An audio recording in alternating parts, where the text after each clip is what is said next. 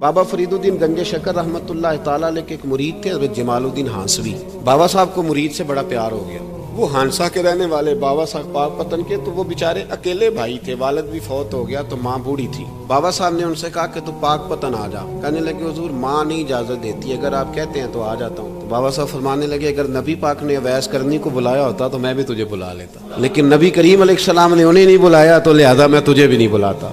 لیکن پیار بڑا تھا تو بابا صاحب کہنے لگے چل تو پاک پتن نہیں آتا تو میں تو تیرے گاؤں آ سکتا ہوں۔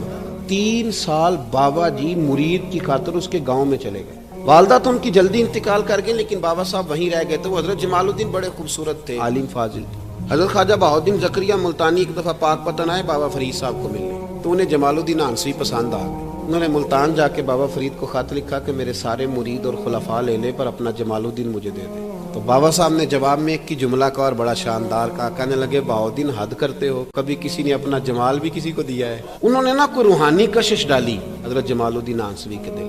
تو بابا صاحب اسباق پڑھا رہے تھے شاگردوں کو، تو حضرت جمال الدین ہانسوی آ گئے، آ کے کہنے لگے حضور میں نے ملتان جانا ہے۔ بابا صاحب نے فرمایا کوئی کام ہے، کوئی مجبوری ہے، کوئی رشتہ داری ہے؟ سمجھ گئے بابا فرید صاحب کے معاملہ پیچھے سے گڑبڑ ہو گیا۔ کہنے لگے حضور میں نے حضرت بہاؤالدین زکریا سے ملنا ہے۔ فرمانے لگے اچھا بہاؤالدین زکریا سے ملنا ہے؟ پیار بڑا تھا بابا صاحب کا خواجہ بہاؤالدین زکریا سے، محبت بڑی تھی۔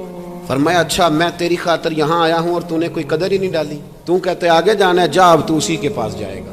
حضرت جمال الدین ہانسوی کہتے میں نکل آیا پر سینے کا نور سارا رخصت ہو گیا، نہ میں ملتان جا سکا اور نہ میں بابا صاحب کا رہ سکا۔ 3 سال ہو گئے معافیاں مانگتے، پر بابا صاحب نے فرمایا یار میں تیری خاطر بڑھاپے میں یہاں آیا اور تو نے سوچا ہی نہیں۔ ایک تاجر آیا کرتا تھا بابا فرید صاحب سے ملنے، وہ آیا تو اس نے لوگوں سے پوچھا کہ وہ کدھر ہے جمال الدین جس سے سلام لے کے بابا صاحب سے لوگ ملتے تھے؟ کہا وہ تو روڑی کے ڈھیر پہ بیٹھے، اور جب جا کے ملے نا حضرت جمال الدین سے تو وہ رو پڑے۔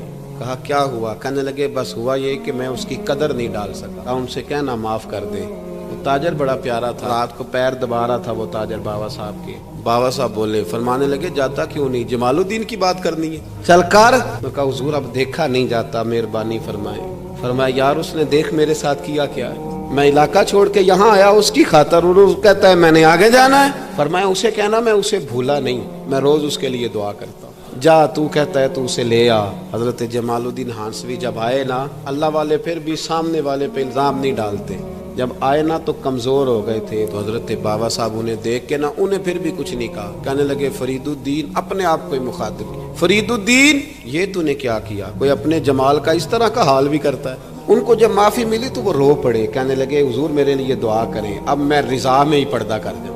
ان کا انتقال ہوا اور بابا صاحب نے خود جنازہ پڑھایا۔